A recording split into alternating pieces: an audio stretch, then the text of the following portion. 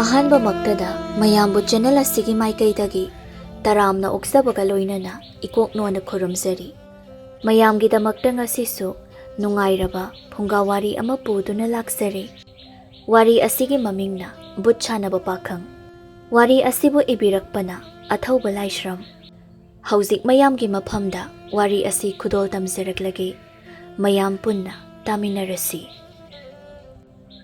ꯊꯥꯏꯅꯗꯒꯤ ꯍꯧꯅ ꯂꯩꯔꯛꯂꯕ ꯂꯥꯏꯔꯣꯟ ꯇꯤꯂꯣꯟ ꯀꯌꯥꯕꯨ ꯃꯇꯝ ꯀꯌꯥ ꯆꯨꯞꯅ ꯀꯨꯞꯅ ꯅꯩꯅꯔꯨꯔꯕ ꯇꯨꯡꯗ ꯄꯨꯟꯁꯤꯒꯤ ꯑꯍꯥꯟꯕ ꯑꯣꯏꯅ ꯆꯥꯡꯌꯦꯡꯕꯒꯤ ꯊꯧꯔꯝ ꯑꯃꯈꯛ ꯅꯧꯅ ꯑꯃꯥꯏꯕ ꯂꯝꯕꯤꯗ ꯈꯣꯡꯗꯥꯔꯛꯂꯤꯕ ꯁꯂꯥꯏꯔꯦꯟꯅ ꯇꯧꯔꯝꯃꯤ꯫ ꯆꯥꯡꯌꯦꯡ ꯑꯁꯤ ꯇꯧꯕꯗ ꯀꯅꯥꯒꯨꯝꯕ ꯃꯤꯑꯣꯏ ꯑꯃꯅ ꯍꯦꯛ ꯎꯈꯤꯕ ꯃꯇꯝꯗ ꯃꯍꯥꯛꯅ ꯁꯥꯟꯅꯔꯤꯕ ꯕꯨꯠ ꯑꯗꯨꯅ ꯃꯍꯥꯛꯀꯤ ꯊꯋꯥꯏꯕꯨ ꯄꯨꯗꯨꯅ ꯆꯠꯈꯤꯒꯗꯧꯔꯤꯕꯅꯤ꯫ ꯁꯂꯥꯏꯔꯦꯟ ꯄꯥꯈꯪꯅꯤ꯫ ꯃꯃꯥ ꯃꯄꯥ ꯑꯅꯤꯒꯤ ꯃꯊꯟꯇ ꯌꯥꯎꯖꯕ ꯃꯆꯥꯅꯤ꯫ ꯃꯍꯥꯛꯀꯤ ꯃꯃꯥ ꯑꯃꯗꯤ ꯃꯄꯥ ꯑꯅꯤ ꯑꯁꯤ ꯂꯥꯏ ꯇꯤꯟꯒꯤ ꯊꯧꯔꯝꯗ ꯀꯌꯥ ꯊꯋꯥꯏ ꯌꯥꯎꯔꯝꯗꯦ꯫ ꯑꯗꯨꯕꯨ ꯃꯈꯣꯏꯒꯤ ꯃꯄꯥ ꯃꯄꯨꯗꯤ ꯂꯥꯏ ꯇꯤꯟꯒꯤ ꯊꯧꯔꯝꯗ ꯃꯃꯤꯡ ꯆꯠꯈꯤꯕ ꯉꯥꯛꯇꯅꯤ꯫ ꯂꯥꯏꯋꯥ ꯇꯤꯟꯋꯥ ꯇꯧꯗꯨꯅ ꯊꯋꯥꯏ ꯃꯤ ꯀꯧꯕ, ꯃꯤꯕꯨ ꯍꯥꯠꯄ, ꯈꯣꯏꯗꯋꯥ ꯁꯥꯟꯅꯕ, ꯍꯤꯀꯥꯞ ꯂꯤꯀꯥꯞ ꯇꯧꯕ ꯄꯨꯝꯅꯃꯛ ꯑꯁꯤ ꯂꯥꯏꯑꯣꯏꯈ꯭ꯔꯕ ꯃꯈꯣꯏꯅ ꯁꯤꯖꯤꯟꯅꯔꯝꯕ ꯇꯧꯔꯝꯕ ꯉꯥꯛꯇꯅꯤ꯫ ꯑꯗꯨꯕꯨ ꯃꯪꯒꯤꯒꯤ ꯍꯥꯛꯇꯛꯇ ꯁꯤꯟꯐꯝ ꯑꯁꯤ ꯑꯃꯨꯛ ꯂꯦꯞꯈꯤ꯫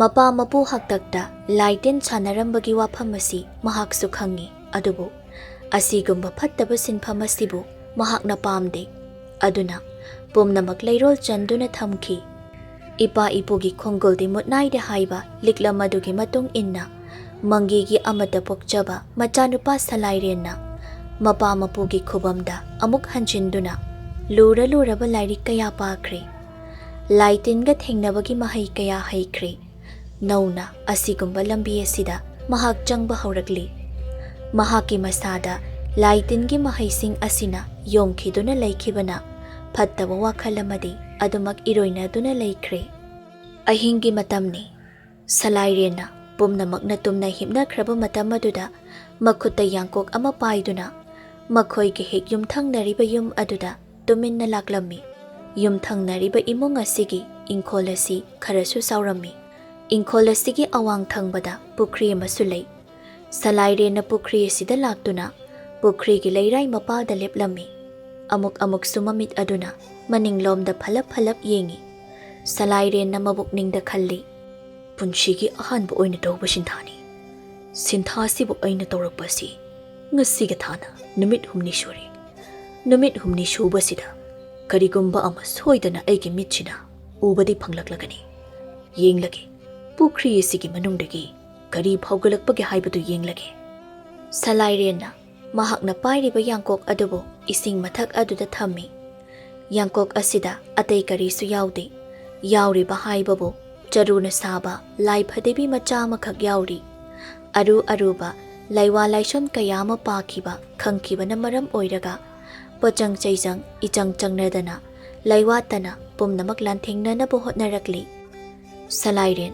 ꯅꯤꯡꯒꯥꯡ ꯌꯩꯗꯨꯅ ꯐꯝꯊꯩ꯫ ꯄꯨꯈ꯭ꯔꯤꯒꯤ ꯏꯊꯛꯇ ꯇꯥꯎꯔꯤꯕ ꯌꯥꯡꯀꯣꯛ ꯑꯗꯨꯕꯨ ꯌꯦꯡꯗꯨꯅ ꯈꯨꯕꯥꯛ 3 ꯈꯨꯏ꯫ ꯃꯆꯤꯜ ꯑꯗꯨꯗ ꯂꯥꯏꯋꯥ ꯂꯥꯏꯁꯣꯟ ꯀꯌꯥ ꯑꯃꯁꯨ ꯂꯦꯞꯄ ꯂꯩꯇꯅ ꯁꯣꯜꯂꯤ꯫ ꯃꯨꯔꯨꯝ ꯃꯨꯔꯨꯝ ꯁꯣꯜꯂꯤꯕ ꯈꯣꯟꯖꯦꯜ ꯑꯗꯨꯒ ꯂꯣꯏꯅꯅ ꯏꯁꯤꯡ ꯃꯊꯛꯇ ꯇꯥꯎꯗꯨꯅ ꯂꯩꯔꯤꯕ ꯌꯥꯡꯀꯣꯛ ꯑꯗꯨꯁꯨ ꯎꯔꯨ ꯎꯔꯨ ꯄꯪꯂꯩꯇ ꯂꯩꯔꯝꯃꯤ꯫ ꯁꯂꯥꯏꯔꯦꯟꯅ ꯂꯥꯏꯁꯣꯟ ꯁꯣꯜꯂꯤꯕ ꯃꯈꯩ ꯌꯥꯡꯀꯣꯛ ꯑꯗꯨꯁꯨ ꯎꯪꯕ ꯂꯦꯞꯇꯦ꯫ ꯌꯥꯡꯀꯣꯛ ꯑꯗꯨꯒꯤ ꯃꯊꯛꯇ ꯌꯥꯎꯔꯤꯕ ꯆꯔꯨꯅ ꯁꯥꯕ ꯂꯥꯏ ꯐꯗꯤꯕꯤ ꯑꯗꯨꯁꯨ ꯎꯪꯕ ꯑꯗꯨꯗ ꯌꯥꯎꯔꯤ꯫ ꯃꯍꯥꯛꯁꯨ ꯃꯀꯣꯛ ꯃꯔꯨ ꯌꯥꯎꯅ ꯀꯣꯌꯨꯡ ꯎꯪꯂꯔꯤ꯫ ꯑꯁꯨꯝꯅ ꯌꯥꯡꯀꯣꯛ ꯑꯗꯨꯅ ꯄꯨꯈ꯭ꯔꯤꯗꯨꯒꯤ ꯃꯌꯥꯏꯗ ꯀꯣꯏꯔꯩ ꯂꯩꯔꯕ ꯇꯨꯡꯗ ꯏꯈꯪ ꯈꯪꯍꯧꯗꯅ ꯃꯐꯝ ꯑꯗꯨꯗ ꯅꯨꯡꯁꯤꯠꯅ ꯌꯥꯝꯅ ꯀꯟꯅ ꯁꯤꯜꯂꯛꯂꯝꯃꯤ꯫ ꯃꯇꯧ ꯑꯗꯨꯗ ꯁꯂꯥꯏꯔꯦꯟ ꯈꯪꯖꯔꯤ, ꯑꯣ, ꯑꯩꯅ ꯇꯧꯔꯤꯕ ꯊꯕꯛ ꯑꯁꯤ ꯃꯥꯏ ꯄꯥꯛꯂꯦꯗꯅ꯫ ꯅꯨꯃꯤꯠ 8 ꯆꯨꯞꯅ ꯆꯠꯊꯕ ꯊꯧꯔꯝꯅꯤ꯫ ꯑꯩꯅ ꯈꯪꯖ ꯍꯩꯖꯕ ꯂꯥꯏꯋꯥ ꯂꯥꯏꯁꯣꯟ ꯑꯁꯤꯅ ꯄꯨꯟꯁꯤꯒꯤ ꯑꯍꯥꯟꯕ ꯆꯥꯡꯌꯦꯡ ꯑꯁꯤꯃꯗꯤ ꯃꯥꯏ ꯄꯥꯛꯂꯦ꯫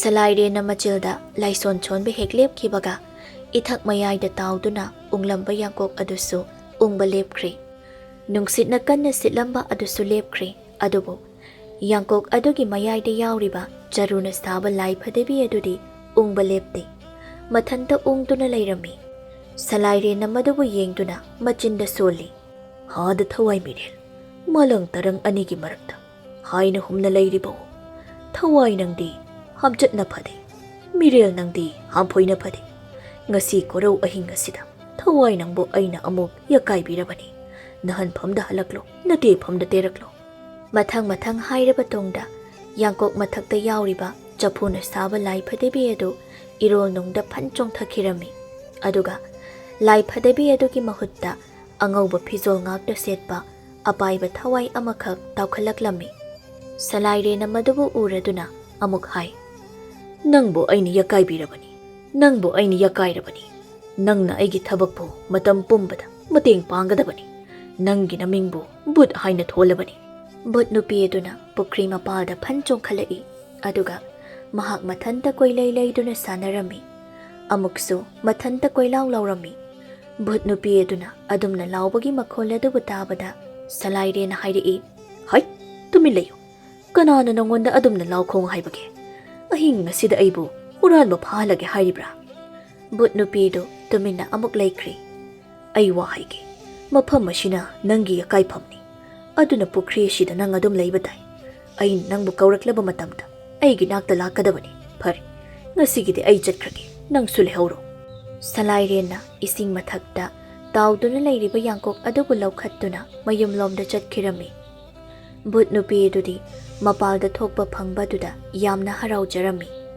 harauriba asina maram oiraga mathanta chong duna sanarami mahakna khalli ingcha yai tambagi saklonbo aina laugani ayese bhutni mafam asina aigi yakai phamni ingkhol manung asidadi aina tawningba ining tawbu yaragani kayada nungairaba namitna yengmani ngasigi ahing asimadi ining tamna sana hokhige but nupi eduna isingda amuk chongkha tawduna sanarami mahakna adumna tawbada pukrigi ising aduna pumnai hek nairami nong madolda thokpa sajik masong aduna khajik nemkhibadagidi but nupi do pukri manungda changduna lotuna laikre mathangi numitni laimana ayuk nganna hogattuna mamang pukri duda ising soknaba haiduna chatlami mahakna pukri duda yauba matamdadi pukri gi ising aduna lainang taba makai naikhaiduna leiribadu urami madubu ubada mahakna khalli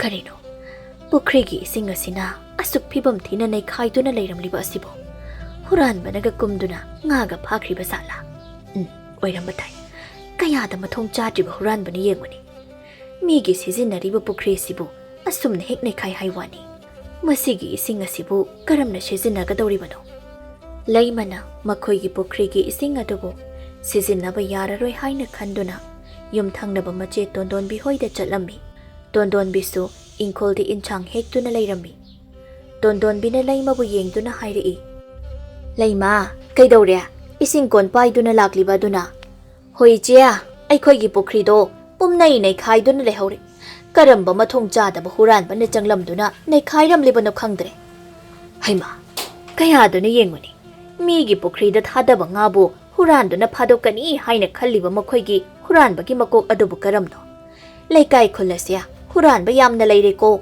pochei mangbaga yamna yawnarabani na project silui bema ichea asumna mamangda khak tawba nateda khoidause yamna sauningi ai yamna su khallunuda huranba makhoina kayam koina huranba ngamgani huranba phaba numittagi makhong makhuto thudekpa haiduni laimana pukridagi ising soktuna mayum lomda chatkri tondonbine isang adubu mangol aduda phamduna leiri tanja duda khangning singlai aima aidi ikaw kawidana ayuki thongnaba chingkhaptri ngaihak leirabadi makhoi mapasu thabak suba chatka hairaklani hana amuk khaptrabadi yararoi tondonbina cheng thumok adubu mapada puthoktuna thammi aduga yangkok adubusu lokthokke haina changlakpada yangkok makhaduna isingna chottuna leiramlibado hek urami karino yangkok manam asina ising choliba asibo ahibu ngarangbu yangkok asi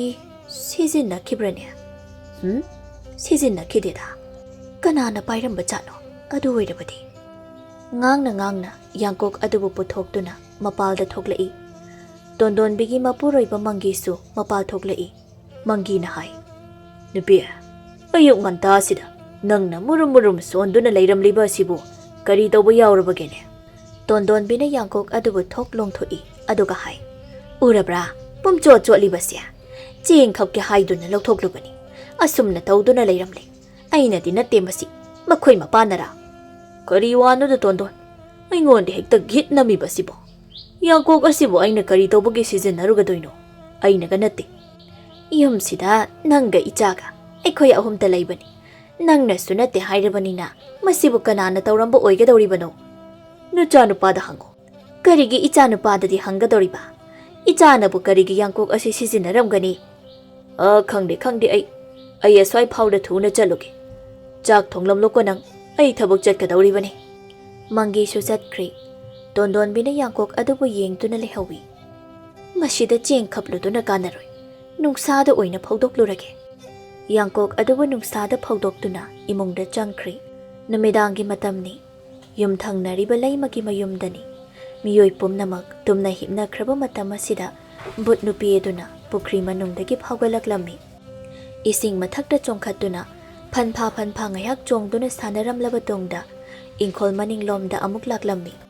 Laimagi lairiba yumjaw adugi akoibada Bhoot nupi eduna makhong tapna thangduna chatlami. Bhoot nupi eduna yumthak aduda phatnamuk chongkhatli aduga amuk chatli. Ina kupa yumthak aduda Bhoot nupi eduna chatpagi makholsu prek thoklami. Imungda tumliba chawbana yumthakta kanagumba amana chatliba adubu taraklami. Chawba mikap khangthok thoi. Mamit aniduna yumthak aduda yengduna lei. Una wanada khongpakna netuna chatpagi makhol adumaina yumthak aduda gitari. Chawbana mabukningda khalli. Kanano yumthak asida chatliba sibo. Hawdonga oiraba zala. Aikhoigi imung asidadi hawdongsu leite.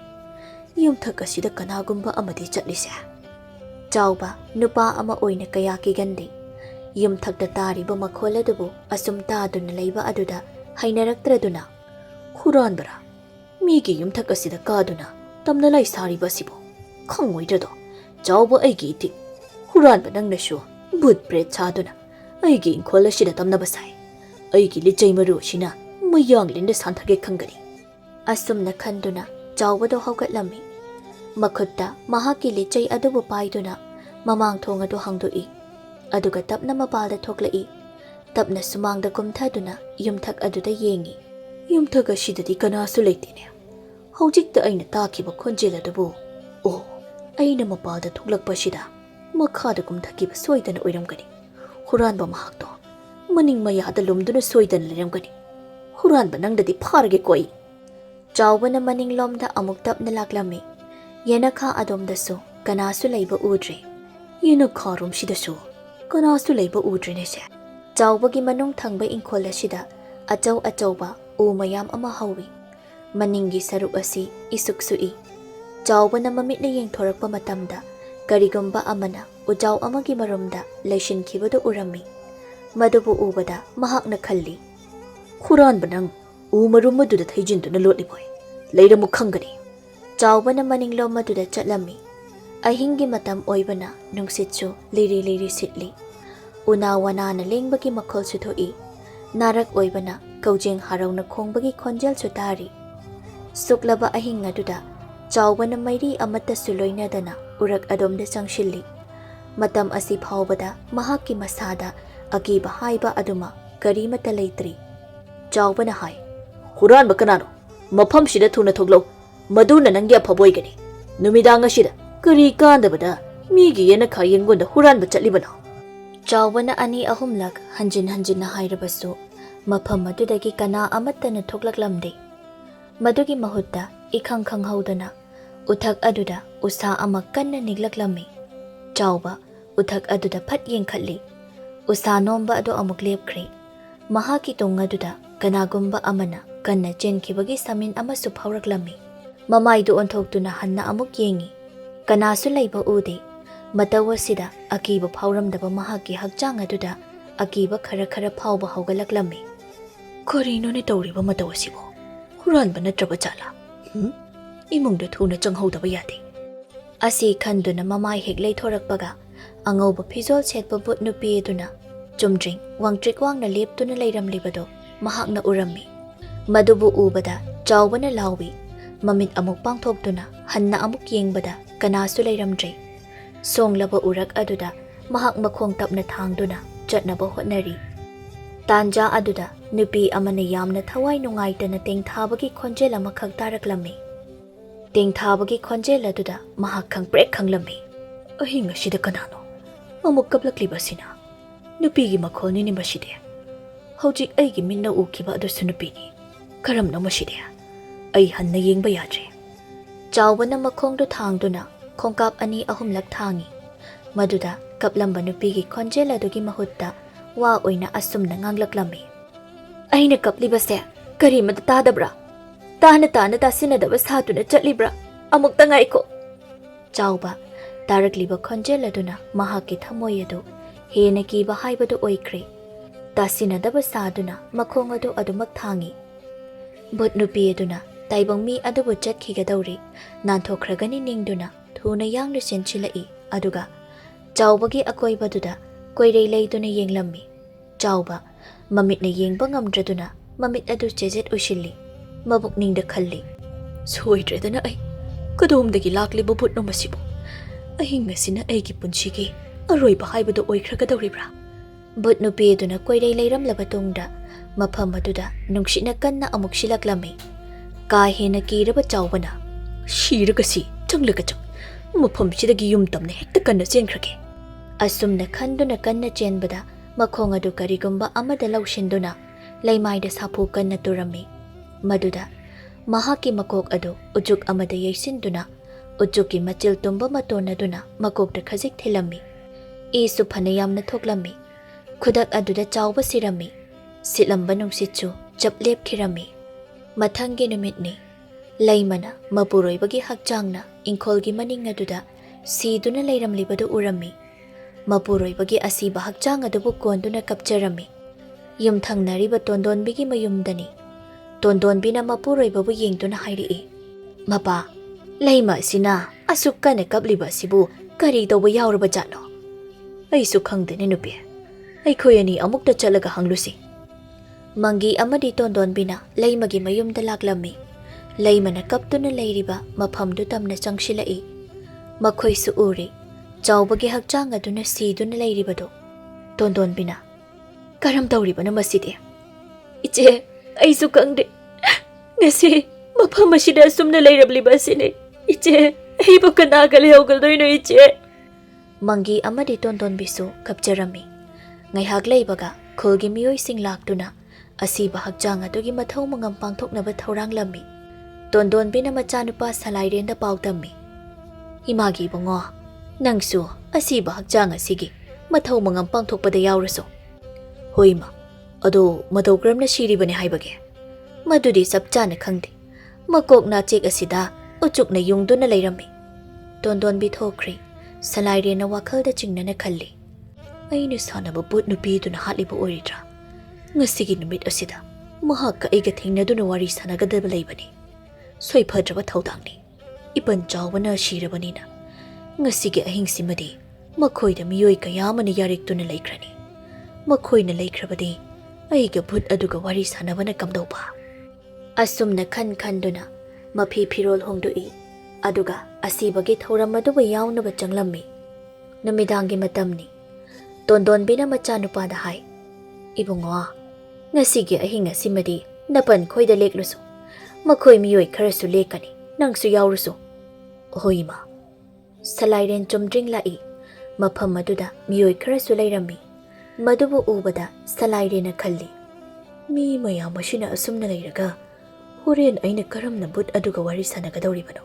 Ngasigi numit asida wari sanahaudrabadi madugi bhut nupiduna mafam asidagi thokiduna khulak leirakta koichat chatuna aki akhang piduna leikragani.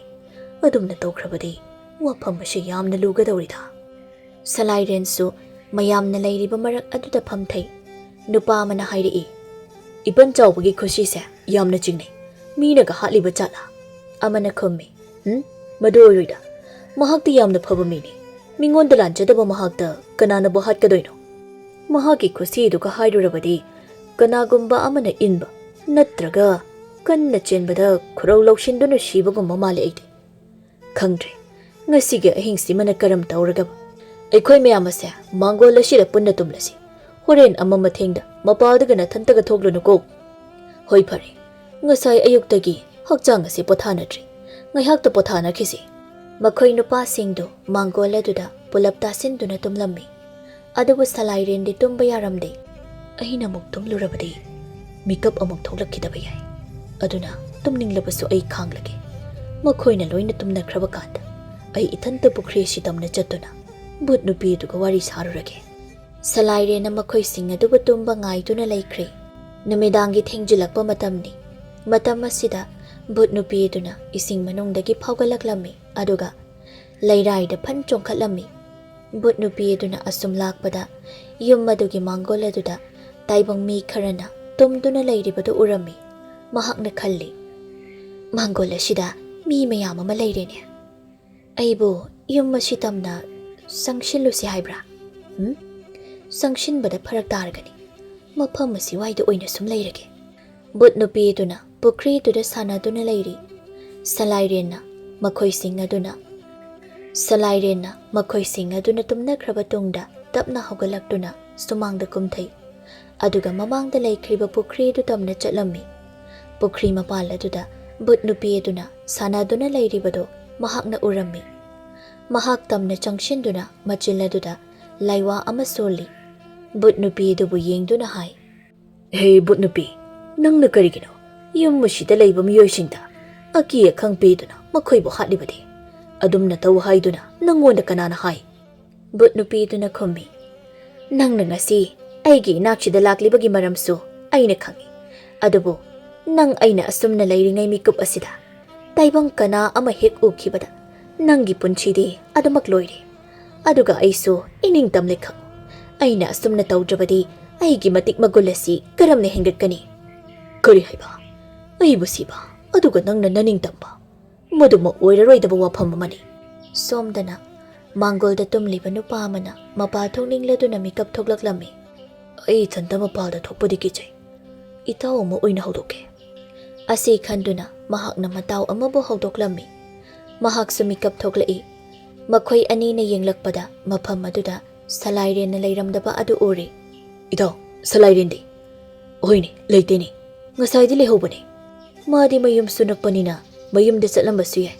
Aido mapal yamna thokningle. Ithanda thokpasu kijari. Amukta thokminarusi. Asi haiduna makhoi anido yanakharomda thoi. Nupa amana ahing aduda taibang migi makhol amana wangangbagi khonjel ama mayek sing phatana taraklammi. Itaw migi khonjel ama taina iba. Hoine itaw. Makhoi anina asum yenglakpada mamangda laikriba pukhri adugi mapada angauba phizol setpa amaga mi amagana lairibadu urami. Itaw aada lairiba sibu mina tabro. Amukshu mali amukshu mate aisu khangtre. Sakshilaga amukta yenglusi. Hoi masigi nupa sina ipan chawbabu hatpasu oiramba yai. Natraga huranba oiramba ama. Makhoi anina yamna tapna makhong thangduna pukhri du tamna sangshilammi. Pukhri mapal adudana salairenga bhut nupigana wari sanari. Bhut nupi adugi masada makhoi anigi saktamadu taibang miyoi kharana ukhre haiba khanglaklammi. Mahakki masado maikhu thokpa hauraklammi. Salairena hangi. Kaidore maikhu thoklibadi. Aina haiba wafam adu tari. Nang siroko aisu chalage. Aiba taibang mina ukhre. Nangna phazilamba ayase. Nangi thawaibu puduna chatkrage. Tanja asida tunglomdagi nupa aniduna salairen adubu namkon konchilli. Makhoina asumna tawnaringai asida bhut nupi adudi maikhu onduna salairengi thawaibu puduna mangkhre. Nupa amana hairi. Bhut chanaribu nupa nang kanano. Ahing asida bhut chanabasu sai. Khangani nang. Makhoi anina nupa adubu hek thadokpa matamdadi salairengi hakchang adu laimaida daktu thakirami. Nupa aniduna salairen bu kawi. Salairen se hagolo. Nupa aniduna mangolda tumliba mi mayam adubu kauri. Aduga salairengi asiba hakchang adubu yenglammi. Mathangi numitni asiba mafam aduda miyam loina suna tinduna lairi. Ahingda hakthengnana thengnakiba nupa aniduna asingba wafam pumba miyamgi mafamda pau tammi. Idawga aigana ahinga aduda mapa thokninge haina thoklubada. Pukhri mapal asida bhut nupi amaga nupa amagana wari sanaduna lairibada urami. ꯃꯗꯨꯗ ꯅꯨꯄꯥꯗꯨꯕꯨ ꯃꯁꯛ ꯈꯪꯗꯣꯛꯀꯦ ꯍꯥꯏꯅ ꯆꯪꯁꯤꯟꯗꯨꯅ ꯐꯥꯔꯨꯏ꯫ ꯃꯇꯝꯗꯨꯗ ꯕꯨꯠ ꯅꯨꯄꯤꯗꯨꯗꯤ ꯃꯩꯈꯨ ꯑꯣꯟꯗꯨꯅ ꯃꯥꯡꯈ꯭ꯔꯦ꯫ ꯐꯥꯔꯕ ꯅꯨꯄꯥꯗꯨꯕꯨ ꯀꯅꯥꯅꯣ ꯍꯥꯏꯅ ꯌꯦꯡꯒꯦꯅ ꯃꯁꯥꯗꯨ ꯊꯥꯗꯣꯛꯂꯨꯕ ꯃꯇꯝꯗꯗꯤ ꯏꯇꯥꯎ ꯁꯂꯥꯏꯔꯦꯟ ꯑꯣꯏꯗꯨꯅ ꯂꯩꯔꯝꯂꯦ꯫ ꯃꯍꯥꯛꯇꯤ ꯂꯩꯃꯥꯏꯗ ꯍꯥꯏꯊꯔꯛꯇꯨꯅ ꯑꯗꯨꯃꯛ ꯇꯥꯗꯨꯅ ꯂꯩꯈ꯭ꯔꯦ꯫ ꯃꯁꯤꯅꯤ ꯑꯁꯦꯡꯕ ꯋꯥꯐꯝ꯫ ꯋꯥꯐꯝ ꯑꯁꯤꯕꯨ ꯇꯥꯕꯗ ꯇꯣꯟꯗꯣꯟꯕꯤꯅ ꯅꯤꯡꯁꯤꯡꯂꯛꯏ ꯑꯩꯒꯤ ꯏꯆꯥꯅ ꯑꯍꯤꯡꯗ ꯍꯦꯛ ꯍꯦꯛ ꯃꯄꯥꯜ ꯊꯣꯛꯈꯤꯕ, ꯌꯥꯍꯧꯔꯛꯄꯗ ꯃꯃꯥꯡ ꯊꯣꯡ ꯍꯦꯛꯇ ꯍꯥꯡꯗꯣꯛꯇꯨꯅ ꯂꯩꯔꯝꯕ, ꯌꯥꯡꯀꯣꯛ ꯏꯁꯤꯡꯅ ꯆꯣꯠꯇꯨꯅ ꯂꯩꯔꯝꯕ ꯑꯩꯒꯤ ꯏꯆꯥꯅꯨꯄꯥꯗꯨꯅ ꯃꯄꯥ ꯃꯄꯨꯒꯤ ꯁꯨꯊꯥꯡ ꯑꯣꯏꯕꯅ ꯂꯥꯏ ꯇꯤꯟ ꯁꯥꯟꯅꯔꯝꯂꯕ ꯑꯣꯏꯔꯦꯀꯣ꯫ ꯂꯩꯃꯅ ꯑꯃꯨꯛ ꯈꯜꯂꯤ ꯑꯍꯤꯡꯗ ꯑꯀꯤꯕ ꯀꯌꯥ ꯊꯦꯡꯅꯈꯤꯕ, ꯌꯨꯝꯊꯛꯇ ꯚꯨꯠ ꯄ꯭ꯔꯦꯠꯅ ꯆꯠꯈꯤꯕ, ꯃꯃꯥꯡ ꯄꯨꯈ꯭ꯔꯤ ꯑꯁꯤꯒꯤ ꯏꯁꯤꯡꯅ ꯅꯨꯃꯤꯠ ꯈꯨꯗꯤꯡꯒꯤ ꯅꯩꯈꯥꯏꯗꯨꯅ ꯂꯩꯔꯝꯕ ꯄꯨꯝꯅꯃꯛ ꯑꯁꯦ ꯏꯆꯥ ꯁꯂꯥꯏꯔꯦꯟꯅ ꯕꯨꯠ ꯁꯥꯟꯅꯕꯒꯤ ꯑꯣꯏꯔꯝꯂꯕ꯫ ꯋꯥꯈꯜ ꯇꯥꯟꯅꯔꯕ ꯑꯅꯤꯅ ꯃꯃꯤꯠꯇꯒꯤ ꯃꯄꯤ ꯁꯤꯟꯊꯅꯔꯝꯃꯤ꯫ ꯇꯣꯟꯗꯣꯟꯕꯤꯅ ꯂꯩꯃꯗ ꯍꯥꯏꯖꯩ ꯏꯆꯥꯅꯨꯄꯥꯒꯤ ꯃꯔꯥꯜ ꯑꯁꯤꯕꯨ ꯅꯪꯅ ꯑꯃꯨꯛꯇ ꯉꯥꯛꯄꯤꯌꯨ, ꯑꯩꯈꯣꯏ ꯇꯁꯦꯡꯅ ꯈꯪꯍꯧꯔꯨꯗ꯭ꯔꯦ꯫ ꯄꯨꯛꯆꯦꯜ ꯆꯥꯎꯕꯤ ꯂꯩꯃꯅ ꯉꯥꯛꯄꯤꯔꯝꯃꯤ꯫ ꯃꯪꯒꯤꯒ ꯇꯣꯟꯗꯣꯟꯕꯤꯒꯅ ꯃꯌꯨꯝ ꯇꯝꯅ ꯊꯨꯅ ꯆꯠꯂꯝꯃꯤ꯫ ꯑꯗꯨꯒ ꯃꯄꯥ ꯃꯄꯨꯁꯤꯡꯅ ꯁꯤꯖꯤꯟꯅꯔꯝꯕ ꯂꯥꯏꯔꯤꯛꯁꯤꯡ ꯑꯗꯨꯕꯨ ꯃꯄꯥꯜꯗ ꯂꯣꯏꯅ ꯄꯨꯊꯣꯔꯛꯇꯨꯅ ꯃꯩ ꯊꯥꯗꯣꯛꯂꯝꯃꯤ꯫ ꯐꯠꯇ꯭ꯔꯕ ꯂꯥꯏꯋꯥ ꯇꯤꯟꯋꯥ ꯌꯥꯎꯕ ꯂꯥꯏꯔꯤꯛꯁꯤꯡ ꯑꯗꯨꯕꯨ ꯃꯩ ꯊꯥꯗꯣꯛꯇꯨꯅ ꯃꯥꯡꯍꯟꯈꯤꯔꯝꯃꯤ꯫